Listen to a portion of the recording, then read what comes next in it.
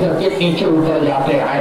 نیچے اترنے کے بعد ایک شخص ہے جس کا نام حکم بن عادی ہے، وہ کھڑا ہوتا ہے. وہ کھڑا ہونے کے بعد کہتا ہے اے نعمان بن بشیر، اگر تم نے سختی نہیں دکھائی، اگر تم نے ان کو ایسے قابو میں نہیں کیا تو القریب ایسا ہوگا کہ سارے کوفہ کے لوگ ان کے ہاتھ پر بیعت کر لیں گے. چنانچہ یہ بدبخت دل میں سوچ رہا تھا تو اس نے حضرت نعمان بن بشیر سے کہا تم تو بڑے مشکل آدمی ہو. نعمان بشیر کہتے ہیں اہل بیت رسول اللہ کی شان میں گستاخی نہیں کرنا چاہتا.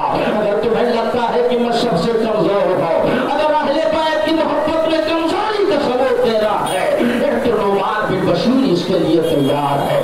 چنانچہ نعمان بن بشیر اتنا کہہ کر کے چلے جاتے آئے. ابھی حضرت امام حسین رضی اللہ تعالیٰ عنہ کے بھائی حضرت مسلم بن عقیل کے ہاتھ پر جماعت در جماعت لوگ بیعت کر رہے ہیں اور سب کی یہی آرزو و تمنا ہے، خواہش و جستجو ہے اے آقا آپ آقا حسین کو مطلع کر دیں کہ ہمارے پاس چلے آئے. یقیناً اگر وہ ہمارے پاس چلے آئے تو ہم ان کے ساتھ کبھی دھوکہ نہیں دیں گے، کبھی ہم ان کے ساتھ دھوکہ دھڑی کا معاملہ نہیں کریں گے. چنانچہ چند ہی دن گزرے تھے کہ کچھ بدبختوں نے مشورہ کیا اور خط لکھا، اور خط لکھنے کے بعد دمشق حوالے کیا. یزید کے پاس خط لکھا اور خط لکھنے کے بعد اس میں یہ عنوان لکھا لیکن نعمان بن بشیر ہے، حضرت مسلم بن عقیل آ چکے ہیں اور ان کے ہاتھ پر تقریباً 12,000 سے زائد لوگوں نے ان کو بیعت کرنی ہے اور انہیں اپنا نائب و خلیفہ مقرر کر لیا ہے. اگر تم نے کسی سخت آدمی کو نہیں بھیجا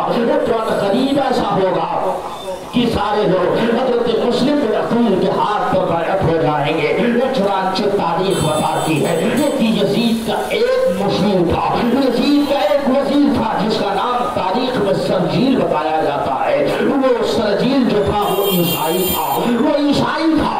اسے خلش تھی آل نبوت سے، کیونکہ جب انہوں نے عیسائیوں نے دعویٰ کیا تھا کہ میرے نبی حضرت عیسیٰ علیہ السلام تمام نبیوں سے افضل ہے، تو مباہلے کا چیلنج میرے مصطفیٰ نے کیا تھا. اور قرآن پاک میں آیت کریمہ نازل ہوئی تھی وَقَالَ رَجُلُ أَبْنَاءَنَا وَأَبْنَاءَكُمْ وَنِسَاءَنَا وَنِسَاءَكُمْ، یعنی تم اپنے بچوں کو لے آؤ اور تم اپنی عورتوں کو لے آؤ اور ہم رب کی بارگاہ میں دعا کریں گے. اللہ جسے ہلاک کر دے گا وہ باطل ہوگا، اللہ جسے محفوظ کر لے گا وہ حق پر ہوگا. چنانچہ یہی ہوا تھا کہ وہ تمام نصران کے یا عیسائی جب حضرت فاطمہ کو دیکھا تھا، حضرت علی کو دیکھا تھا اور مصطفیٰ کو دیکھا تھا، وہ تو کہا تھا یقیناً اس دنیا میں اگر کوئی سچا ہے یہ تو مصطفیٰ کے والے ہیں، وہ مصطفیٰ کے خاندان والے ہیں.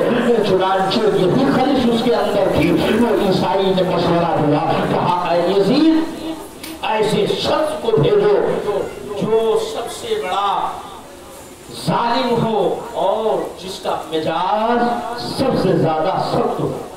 یہ مشورہ دیا تو تمام لوگوں نے کہا کس کا انتخاب کیا جائے، کس کو منتخب کیا جائے جو اس بڑھتے ہوئے ماحول کو سمیٹ سکے، روک سکے.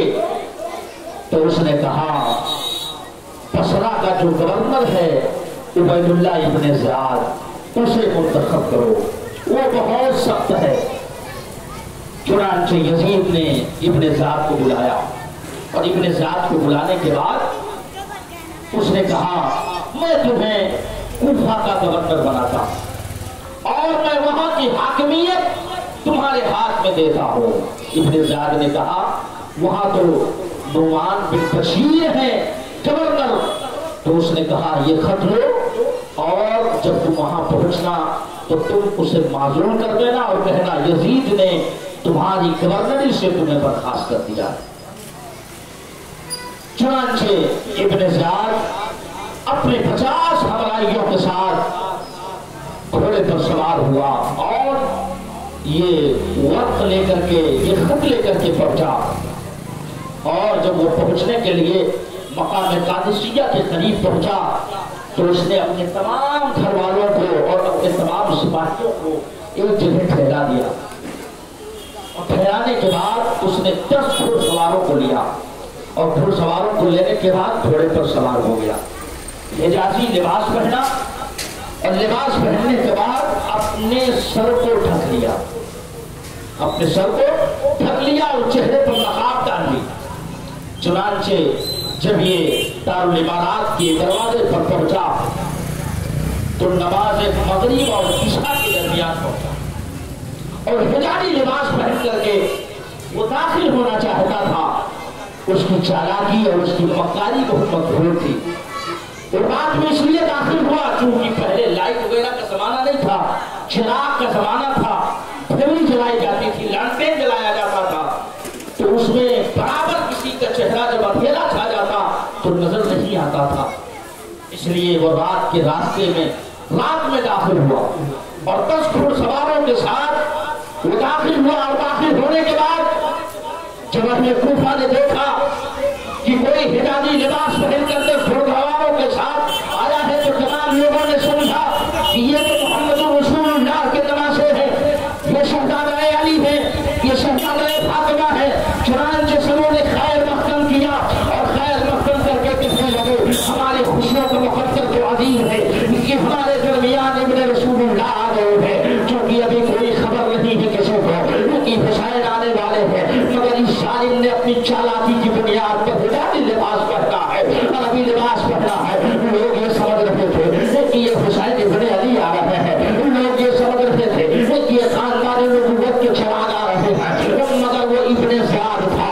جب ابن زیاد دارالامارات کے قریب پہنچا تو ان کا ایک غلام تھا جس کا نام حضرمی بتایا جاتا ہے، اس نے کہا اے لوگوں راستہ دے دو، یہ امیر المؤمنین کے سپاہی ابن زیاد ہے۔ ابن زیاد نے اتنا سننا تھا لیکن جب لوگ سنتے ہیں تو سب نروس ہو جاتے ہیں۔ ہاں ہم تو ابن رسول اللہ کا استقبال کر رہے تھے، ہم یہ سوچ رہے تھے لیکن نبی کے نماز تشریف لائے ہیں مگر یہ تو ابن زیاد ہے۔ ابن زیاد فوراً داخل ہوتا ہے دارالامارات کے اندر، اور دارالامارات کے اندر جب داخل ہوتا ہے تو حضرت نعمان بن بشیر آتے ہیں اور آنے کے بعد اس کا استقبال کرتے ہیں۔ استقبال کرنے کے بعد اسے عمارت کے اندر لے جاتے ہیں اور عمارت کے اندر لے جا کر کے اسے پانی پیش کرتے ہیں۔ اس کے بعد ابن زیاد مخاطب ہوتا ہے اے نعمان بن بشیر ہمیں خبر ہوئی ہے کہ تم نے مسلم بن عقیل کو پناہ دے رکھی ہے اور تم نے ان کے ساتھ کوئی تعلق والا معاملہ نہیں کیا ہے۔ نعمان بن بشیر کہتے ہیں